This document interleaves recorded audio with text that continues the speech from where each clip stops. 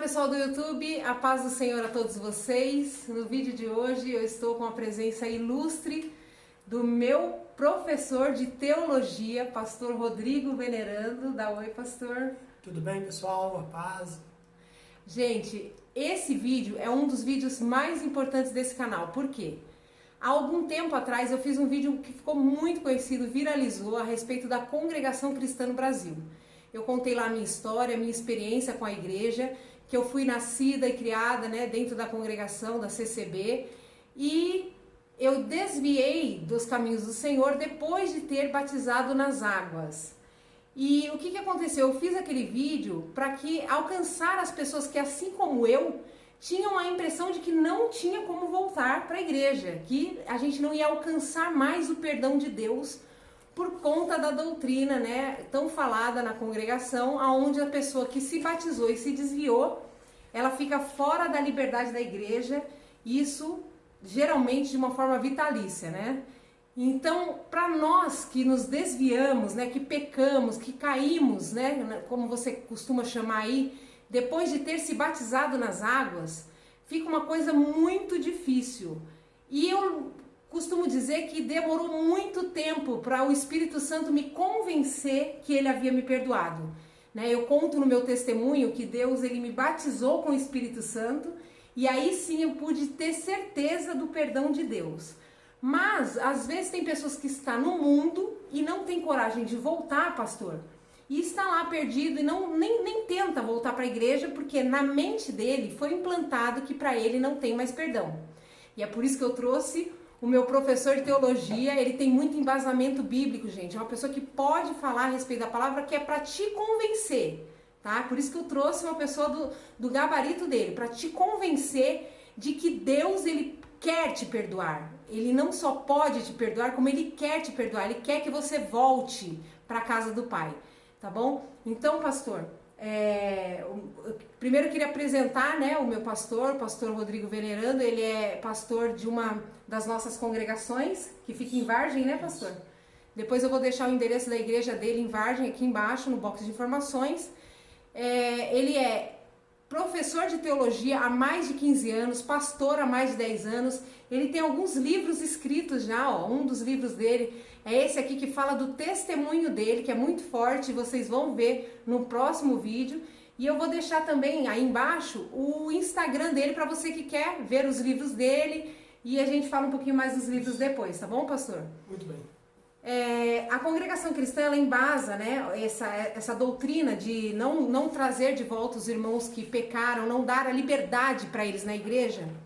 Eles fundamentam isso na palavra do Senhor, que está em Hebreus, capítulo 6, verso 4, que diz assim a palavra do Senhor: porque é impossível que os que já uma vez foram iluminados e provaram o dom celestial e se fizeram participantes do Espírito Santo e provaram a boa palavra de Deus e as virtudes do século futuro e recaíram, sejam outra vez renovados para o arrependimento. Pois assim, quanto a eles, de novo crucificam o Filho de Deus e o expõem ao vitupério. Gente, essa palavra me perseguiu, pastor. Imagina. Eu tava crente lá na Assembleia de Deus, E ainda essa palavra, ela tocava o meu coração e me deixava um pouco confusa quanto ao que ela quer dizer. Pastor, a palavra é sua e o senhor pode, por favor, nos explicar o que quer dizer essa palavra e o que Deus tem para falar com as pessoas que pecaram. Tá certo. Vamos lá, Mais uma vez, cumprimento a todos aí do canal, da nossa irmã Kelly. Como ela tem aqui feito a sua apresentação dos vídeos anteriores, que a respeito, se Deus perdoa, que a pessoa que depois de ser batizada, até porque, Kelly, para nós entrar no versículo 4, que na verdade é o versículo 4 ao versículo 6, olha o que diz o início, olha o que diz o início. Pelo que, deixando os rudimentos da doutrina de Cristo, prossigamos até a perfeição, não lançando de novo o fundamento do arrependimento de obras mortas e de fé em Deus. Então, primeira coisa, para quem o autor aos Hebreus está escrevendo? Ele está escrevendo para um grupo de cristãos que de origem ou raiz judaica. E quando eu falo de origem, raiz judaica, estou falando de cristão que cria até confessar a Cristo na obra do sacrifício. Isto é, oferecer sacrifício em prol dos seus pecados. Então, o que eles estão fazendo nesse período aí que vem a ser escrito? Justamente eles retornando e lançando outro fundamento, voltando a sacrificar. Então, para esse não resta sacrifício. Então, o texto já começa trazendo isso. Então, está definido. Agora, a grande questão é, recaiu ou caíram? Espera aí, caiu não tem, mas perdão porque experimentaram a boa palavra, foram iluminados. Iluminados, Jesus, em João capítulo 8, versículo 12, diz que Jesus é a luz do mundo. Certo? Então nós somos iluminados com essa luz, certo? O Espírito Santo como luz também clareia a nossa mentalidade, nosso coração. Agora, experimentar. O que é experimentar? Certo? As questões futuras, certo? Dos reinos futuros, a glória futura. É a mensagem da vida eterna com Cristo. Então, todos que têm a oportunidade de ouvir o Evangelho, já experimenta essa vontade. É tão interessante que 1 Coríntios capítulo 2, no seu versículo de número 9, muito diz assim, que os olhos não viram, que o ouvido não ouviu, certo? É o que Deus preparou para nós. E isso é só para os homens carnais. Mas para aquele que experimenta o Evangelho, diz o versículo 10, que o Espírito Santo nos testificou, já nos revelou. Então nós experimentamos as coisas futuras. Então o que o autor aos Hebreus está dizendo? Aqueles que recaíram. O grande problema aquele que você teve, que muitos têm, é justamente isso. Cair no que? No pecado. Então vamos falar de pecado. Vamos lá. Como que Deus trata o pecador? Então se a pessoa peca, mesmo conhecendo, vamos falar do pecador que conhece, como que a Bíblia trata? Se cair ali, não tem como se arrepender, então a Bíblia tem contradição. Porque em 1 João capítulo 2, versículo 1 está escrito: Filhinhos, escrevo isso para que não pequeis. Então para quem que ele está escrevendo? Para aqueles que conhecem. Porém, se pecar, temos um advogado junto ao Pai. Em 1 João, capítulo 2, no versículo 8, diz assim: aquele que disser que não tem pecado, o pecado está no singular. É mentiroso na verdade nele. O versículo 9 diz assim: porém, todo quanto confessar os seus pecados, pecados ali está no plural, porque é prática. Todos nós estamos sujeitos. Outra coisa, a palavra cair ali não significa pecado, mas cair em convicção. Então, na apostasia, voltar aos rudimentos antigos. O contexto diz isso. Paralelamente, vocês podem ler também Hebreus capítulo 10, que tem o mesmo contexto. Agora, para que vocês também compreendam, o seguinte: se cair não tem perdão, então nós temos outras contradições. Lá em Provérbios fala assim, que o justo pode cair 7 vezes e o Senhor o levantará. Lá em Miqueias, capítulo 7, versículo 8, está escrito assim: ó inimiga minha, não te alegre no meu respeito, porque ainda que tenho caído, me levantarei. E se tenho morado nas trevas, o Senhor será minha luz. Que é o exemplo mais claro do filho pródigo. Exatamente. Ele caído, conhecendo o pai, vivendo com o pai, na mesa com o pai, agora ele abandona o pai. E Jesus está ilustrando que é arrependimento. Então, o que ele diz? Ele está caído. O texto diz assim, lá no capítulo 15, a partir do versículo 11 de Lucas: levantar-me-ei. Então, essa é uma oportunidade. Entendeu? Porque nós temos, a Bíblia não entra em contradição. O cair de Hebreus é o cair na apostasia. Aí, por que não tem arrependimento? Porque os que entram por esse caminho... Perdeu a fé, né? Perde a convicção, a fé, a diretriz. Então, dificilmente o coração dele vai estar aberto. Então, o estado dele é um estado de condenação. Entendi. Então, esse versículo ele fala a respeito de uma pessoa que perde a fé em Deus. Na convicção doutrinária. Na salvação, em tudo aquilo que ele já conheceu. Que é um exemplo claro. A pessoa conhece a Cristo e crê no Espírito Santo. Que o Espírito Santo é Deus como Pai. É interessante, é muito debatido, certo? Aí ele perde essa convicção e o Espírito Santo vira força ativa. Ou ele crê que Jesus é Deus como Pai. Ele perde essa convicção e crê que Jesus é apenas um profeta. Isso se chama apostasia. Então, o autor dos Hebreus está combatendo a apostasia. Um grupo dentro da comunidade que estava apostatando, e aí, mas crucificaram novamente o Filho de Deus, levando ao ridículo. Quer dizer, quando você menospreza o sacrifício de Cristo, colocando outra coisa no lugar, você leva ao ridículo. É isso que ele está falando. Entendi. É isso que ele está falando. Pastor, existe uma vertente na teologia que fala que se algo é falado uma vez apenas na Bíblia, ele não pode ser colocado como doutrina, não é isso? Como que é essa parte? Sim, isso aí alguns anos atrás, traz dentro do campo teológico que uma doutrina, para ser fundamentada, ela tem que ter pelo menos 3 referências.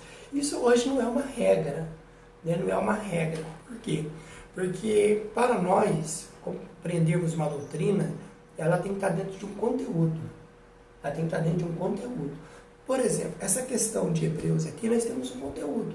Por isso eu estou falando o que ele está tratando. A palavra cair ali, ele tem que ser definido como? Pode ver que nós citamos aqui Provérbios, o justo cairá 7 vezes, mas o Senhor levantará, Miqueias 7:8, e a palavra cair justamente em Hebreus. Então, como que a teologia trabalha? Tem uma disciplina que chama hemenêutica. Dentro dela a gente aprendemos, extraímos como compreender a Bíblia, interpretar a Sagrada Escritura, que é a exegese, que é a aplicação da hemenêutica.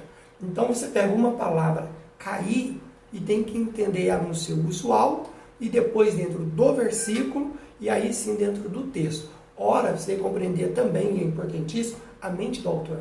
Por que ele escreveu aquilo? Aquele exemplo, podemos amar o mundo? Podemos amar o mundo? Mas Deus amou o mundo. Então a palavra mundo, ela se torna o quê? Obscura. Então você tem que compreender ela dentro de um contexto e da mente do autor. E nesse contexto que a gente está falando a respeito do perdão do pecador, eu acho que fica bem claro, né, que contra esse versículo existem muitos, né? E a palavra do filho pródigo é algo muito forte, porque você não tem como dizer que ele não era filho, né? Que ele não era crente, ele era filho, né? E você também não tem como dizer que ele não pecou, o pecado de morte, né? Que a gente chama, né, dentro da congregação, porque a Bíblia diz que ele foi para o mundão e gastou dissolutamente, né, o seu dinheiro nas festas, nas farras. Imagina o que ele não fez no mundo. Eu acredito que ele chegou no fundo do poço, né? Tanto chegou que ele desejou comer comida de porco, né? Então, quer dizer, eu acredito que ele sim pecou, o filho pródigo. O mais interessante, pastor, é que nessa palavra do filho pródigo, Deus ele faz questão de mostrar a posição do filho que ficou na igreja. Do crente que está dentro da igreja e que vê o seu irmão pecar e quando volta quer apontar o dedo, quer dizer que ele não é digno. Quer dizer, Deus ele fez questão de dizer, quando você voltar, você vai ter um problema, que é o teu irmão que está lá dentro da casa, né? É muito interessante essa parte. É interessante, porque ali retrata justamente o tema. Porque o menino cai, né, vai para fora, vai para longe, abandona o pai, e de repente ele volta. E agora, para quem que é aquela parábola? Justamente trata sobre o que? O amor de Deus em relação ao menino que foi embora? Não.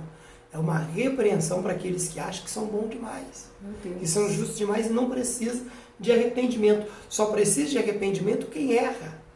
E aí vem uma mensagem para você que às vezes está fora da igreja e fala, mas será que Deus me aceita? Ele está sempre de braços abertos, porque o pai pode ver ali todos os irmãos aí do canal, que o pai vendo de longe. Agora, como que o pai viu? As pessoas viam aquele menino como? Na rua. Com certeza ele não passou um perfuminho, não tomou um banho para voltar para casa. Porque ele saiu no meio da pocilda, né? No meio do chiqueiro. Então imagina o que ele estava exalando. E o suor? Mas não sei quantos quilômetros ele andou. Eu sei que ele estava, vamos colocar, obviamente, barbudo. Fedido e maltrapilho. Maltrapilho. Então quem via ele fala, maltrapilho.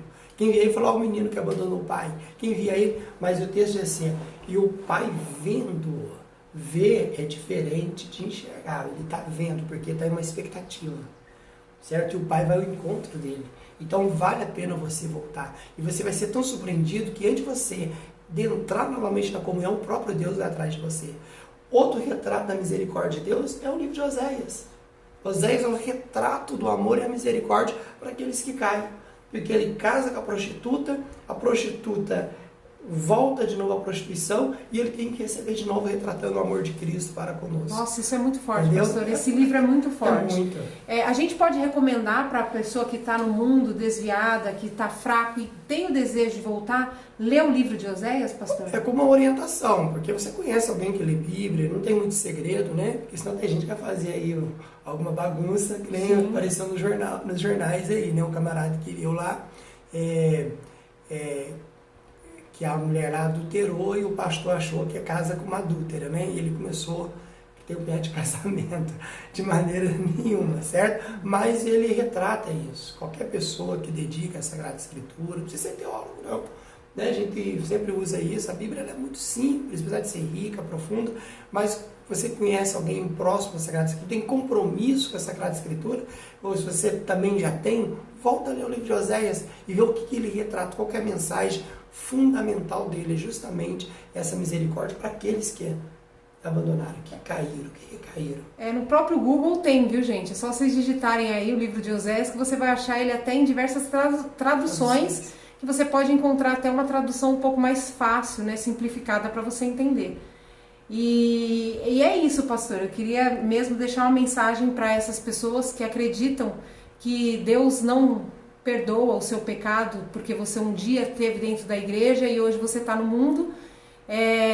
O filho pródigo é muito interessante, que o senhor estava falando que o pai olhou de longe e o reconheceu, né? A Bíblia diz que ele correu e abraçou, ou seja, mesmo sujo, mesmo fedido, a primeira coisa que ele fez foi abraçar, né? Deus, ele não se importa em te abraçar do jeito que você tá. Ele não se importa em te abraçar e te trazer para perto. E aí ele vai trocar as roupas, né? Ele vai te dar roupas novas, um anel no dedo. Mas a primeira atitude do pai foi abraçar. Esse é o amor de Deus. E vai fazer uma festa, né? Exatamente. E agora, na festa é complicado. Porque na cultura judaica, um menino poderia até pedir a herança. Ele tinha uma porcentagem da herança. Porém, fazendo isso, ele criava um problema com a comunidade, um desrespeito ao pai, um descaso, até porque a Bíblia fala que a herança ela tem poder, o testamento ela tem valia com a morte do testador. Então o pai estava morto. Mas enquanto na verdade, quando o pai faz aquela festa, nós temos inúmeras celebrações. Primeiro, o que o filho está celebrando? Segundo, o que o pai está celebrando? E terceiro, por que o menino, o santão, que o irmão mais velho, não celebrou? Então vamos lá. Primeiro, o menino hoje está celebrando a oportunidade que Deus te dá, certo? De voltar hoje. E por que o pai correu? Porque aquele menino poderia ser injuriado, poderia ser discriminado, poderia ser agredido. E uma pessoa adulta não corre em via pública. Não corre em via pública. Então, quando o pai corre, o pai está falando assim, não, meu filho já foi muito humilhado, então eu prefiro eu me humilhar do que deixar ele ser humilhado mais. E o pai o abraça. Você falou amor incondicional. Então você pode voltar do jeito que você está. Eu vou largar para determinada prática, eu vou largar, não, volta do jeito que você está. Certo? Porque a Bíblia não fala do banho, mas ele não vestiu a roupa sem tomar banho. Porque existe coisa que é feita pelo lado de dentro. Ninguém vai ver isso sendo realizado, que é a misericórdia, a justificação, a regeneração. Então vai do jeito que você está. Agora vai falar do anel, autoridade filho, porque ele volta descalço. Descalço e vê uma sandália, descalço escravo. Mas João 8,37, se o filho vos libertar, verdadeiramente sereis livres. Então volta. E aí você tem a festa. O que o pai está celebrando? O pai está celebrando a volta do filho. O filho está celebrando a oportunidade, a misericórdia. Agora, por que o irmão não entendeu? O irmão não ficou revoltado simplesmente porque o menino voltou. O irmão não entendia a misericórdia do pai. Porque o menino fala assim, ó, lá ele caído, sabe? Ele fala assim, na casa de meu pai, os jornaleiros, né, vive melhor do que eu. Porque longe do pai, você vale menos do que um porco. Porque eles levavam alimento para o porco, mas não levavam para o menino. Quando o menino fala da mesa do pai, alguém pode falar assim, mas o menino voltou porque estava com a barriga vazia. Ele lembrou do banquete. Tudo bem, concordo. Mas ele não voltaria se ele não entendesse que o pai era misericordioso. Porque o pai poderia ser rico materialmente, mas se ele não fosse misericordioso, ele não aceitaria o menino de volta. Então ele não volta, o que soma a necessidade leva ele a refletir, mas o que leva ele a voltar realmente é a misericórdia do Pai. Então você pode voltar porque a Bíblia vai testificar que Deus é riquíssimo em misericórdia. Não dá para contabilizar a riqueza do nosso Deus. Olha que maravilha. Então é isso, você não voltou até hoje que você não entendeu a misericórdia do Pai. Você não entendeu o tamanho do amor que Deus tem pela tua vida, né? Você precisa olhar mais para o Calvário e ver o amor de Deus estampado naquela cruz. Se Ele deu o único filho dele, né, para morrer naquela cruz por tua causa, imagina que isso vai ter limite. Esse amor não tem limite. Amém?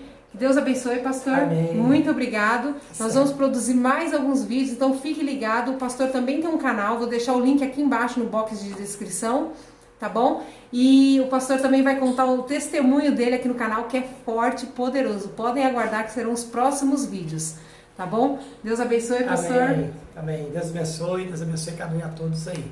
Fiquem firmes, em nome de Jesus. Tchau.